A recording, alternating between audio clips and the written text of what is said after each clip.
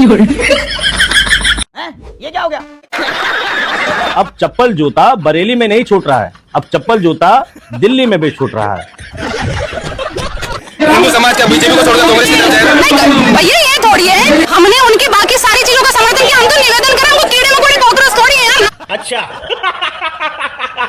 इन सवर्णों को कौन सा आरक्षण चाहिए भाई? इनके पास तो मंत्र की शक्ति है ना, इनको तो जंतर मंत्र पर जाने की भी जरूरत नहीं है। मंत्र मारो और आरक्षण खत्म करो, जल्दी से मंत्र पढ़ो यार, हम भी देखना चाहते हैं।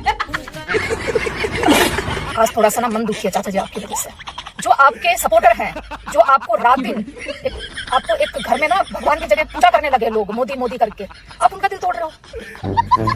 जो आपको पूजा करते हैं, और इवन मैंने तो आपको ये मतलब यकीन नहीं मानेंगे, मैंने लोगों को हमेशा जगाया है आपके लिए, और मैंने हमेशा आपको एक पिता का दर्जा दिया है, ठीक है, एक भगवान का दर्जा दिया है, पर आप इस टाइम गलत हो। मुझे आपसे उम्मीद नहीं थी। मतलब मैंने कभी ये जातिवादी की बात नहीं कर रही हूँ मैं यहाँ पे, कि आज के टाइम में 2026 में जातिवादी होती भी नहीं है, ये सब तो बकवास बात है।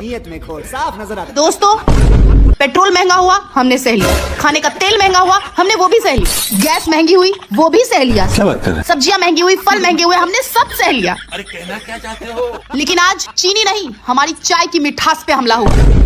इसीलिए दोस्तों अगला प्रोटेस्ट चीनी पर होगा, क्योंकि बात अब हमारे चाय पे आ चुकी है और इतना बड़ा अत्याचार अब हमसे सहन नहीं होगा।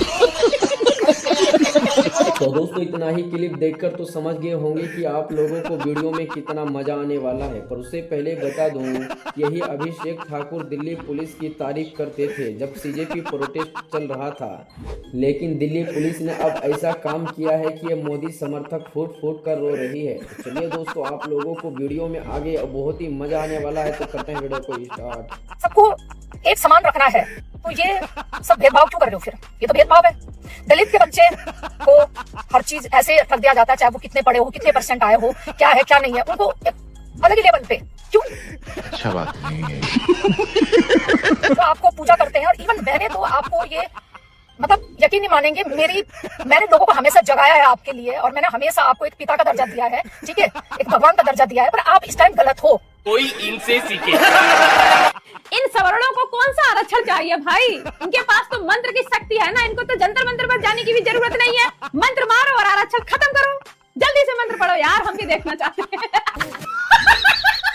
एजुकेशनल सिस्टम में हमने देखा है कि कितना भेदभाव चलता है जनरल और SC ST वालों के लिए, कि आपने देखा होगा 40% वाला हमसे आगे निकल रहा है, जबकि हम 80% लाके भी नहीं बढ़ पा रहे। तो उसको रिफॉर्म करने के लिए, उसको बदलने के लिए, उसको सही करने के लिए, बेहतर करने के लिए आए हैं। क्या होता है रिजर्वेशन? क्या समझते हो इस शब्द से? रिजर्वेशन एक तरह का हक था जो 1950 में द्वारा लागू किया गया था, कि जो अपलिफ्ट नहीं हो पा रहे थे। 3 इसके मेन मुद्दे थे। क्या? शिक्षा, धन, सम्मान। ये अंबेडकर द्वारा लगाई गई थी कि ये चाहिए, बट आप जब देखना, आपने एक क्वार्टा भी रखा था कि 10 साल बाद ये डिसॉल्व हो जाएगा, बट स्टिल वो चलता हुआ आ रहा है। जैसे कि बोला था कि सबको बराबर अपलिफ्ट, सबको बराबर अपॉर्चुनिटी देने के लिए किया जाएगा, चाहे वो SC का हो, ST का हो, OBC का हो, बट आपने देखा होगा स्टिल ये चलता जा रहा है। जो जर्नल वाला है वो नहीं मिल पा रहा है उसको वो वाली जॉब, बट जो SC ST वाला है उसको मिल जा रही है जॉब। आपको लगता है जो जातिगत असमानता थी वो खत्म हो गई है समाज से? अब आप देखिए ना, पहले के टाइम में, पहले बिफोर टाइम हमारे जो फोर फादर्स थे, उनके टाइम में हम कह सकते हैं कि बच्चों को आजादी नहीं थी कि SC वाला जर्नल वाले के साथ बैठ के खाना खा सके, सेम स्कूल जा सके, पढ़ सके, सेम उसको सारी फैसिलिटीज मिले। बट आपके टाइम में मेरे साथ के वाले जो SC ST वाले, वो मेरे साथ पढ़े हैं, मेरे साथ बैठे। आप ये बोल के ही ये दिखा रही हैं कि अभी भी असमानता है? एग्जाम्पल बोल के कैसे? आप खुद पढ़ी होंगी। अब कभी आपके क्लास में कोई SC ST वाला है वो नहीं था? आप बताइए, नहीं था, क्यों नहीं था मैम? था। हमारे सरकारी स्कूल में देख लो मैम, वहाँ पे ये नहीं पूछा जाता कि आप SC हो ST। लाइव एग्जांपल मैं आपको देती हूँ। आप उस वाले ठेले पे जाइए और 10 का कुछ भी सामान लीजिए खाने का, पहले आप उससे ये पूछेंगे कि आप SC है या ST है? नहीं पूछेंगे। तो ये रिफॉर्म हो चुका है कि लोग अब जाके करने लगे हैं। हम पहले अगर हम किसी से खाने की चीज ले रहे हैं या किसी से पूछ रहे हैं, तो हम ये नहीं पूछते भाई तू SC ST, हम पूछते भाई तू अपना ही है ना। हम ये नहीं करते कि तू SC ST, हम नहीं लेंगे। तुम्हारे जैसे लोग इस देश के लिए श्राप है। जब आपको ये बोलना पड़ रहा है कि हम नहीं करते हैं, हम अब साथ बिठाते हैं, आप समझ रही हो वो एक तरह का असमानता ही तो हो गया ना, कि आप जब असमानता नहीं। मेरी बात पे गौर नहीं किया। मैंने क्या बोला? हमारे फोर फादर्स ने किया होगा जो किया होगा, बट आपके टाइम में नहीं हो रहा। आपके टाइम हम किसी को नीचा नहीं दिखाते। अच्छा, हमको सिखा दिया है। दिल्ली में आरक्षण हटाओ आंदोलन चल रहा है और अब चप्पल जूता बरेली में नहीं छूट रहा है, अब चप्पल जूता दिल्ली में भी छूट रहा है। और फिर वो चिल्ला रहे हैं कि मोदी जी ये तुमने क्या कर दिया। पहली बात तो ये जो आरक्षण को लेकर आंदोलन चल रहा है, आंदोलन सरकार के खिलाफ चल रहा है, संविधान के खिलाफ चल रहा है, लेकिन टारगेट पर इस देश का दलित समाज है। सही बात है। आप ऐसी कई रील देख रहे होंगे कि कुआं हमारे बाप का, हमने खोदा और हमने पानी पिया, हम तुम्हें पानी पीने नहीं देंगे। तुम्हारे पास अगर हाथ हैं, फावड़ा नहीं है तो क्या हुआ, हाथ तो हैं, खोद लो।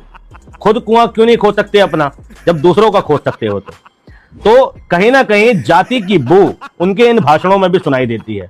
और ऐसे सट्टों से निपटने के लिए भी आरक्षण बहुत जरूरी है। तो आरक्षण बराबरी का दर्जा देने के लिए है, किसी कमजोर व्यक्ति को अपने बराबर में बैठाने के लिए है। लेकिन शायद इस देश के कुछ लोग क्या 4% आबादी वाले लोग नहीं चाहते कि कोई उनकी बराबरी में बैठे, कोई उनकी खटिया पर बैठे, चप्पल पहन ले, और इसलिए अब आरक्षण का भरपूर मात्रा में विरोध किया जाता है। और कहा जाता है कि आरक्षण का एक ही आधार होना चाहिए, वो गरीबी। तो मैं ये कहता हूं कि अगर शोषण गरीबी के आधार पे है तो आरक्षण गरीबी के आधार पर भी मिलना चाहिए, लेकिन अगर शोषण किसी की जातिगत व्यवस्था के आधार पर है तो भाई आरक्षण जाति के आधार पर भी मिलना चाहिए। यूजीसी कानून का भी विरोध हो रहा है कि भाई हमारे बच्चे स्वर्णों के बच्चों पे केस होगा, जबकि कानून सीधे सीधे तौर पे ये कहता है कि अपराध करोगे तो केस होगा। तो यूजीसी जब तक किसी पर लागू नहीं होता, जब तक कोई अपराध ना करे। लेकिन अगर कोई विरोध कर रहा है तो वो डंके की चोट पे कह रहा है कि हम तो अपराध करेंगे और तुम्हें कानून वापस लेना होगा, अपराध करने के बाद हमारे साथ कार्रवाई नहीं होनी चाहिए। बाकी आप लोगों की क्या राय है कमेंट में जरूर बताना। Okay thank you. तो दोस्तों देखा आप लोगों ने, मोदी समर्थक अब किस तरह फूट फूट कर रो रही है। इसीलिए लोग कहते हैं कि आज अगर उसका बारी है तो कल भी तुम्हारा बारी जरूर आएगा। इसीलिए सबका साथ देना बहुत ही जरूरी है। तो दोस्तों आप लोग अब दिल्ली पुलिस का ऐसा साथ दे ताकि दिल्ली पुलिस इन लोगों के लिए अच्छा काम कर पाए। तो दोस्तों फिर मिलते हैं किसी और दूसरे वीडियो में। तब तक के लिए आप लोग नई वीडियो का इंतजार करें। हम आप लोगों के लिए बहुत जल्द नई वीडियो लाने का कोशिश करेंगे।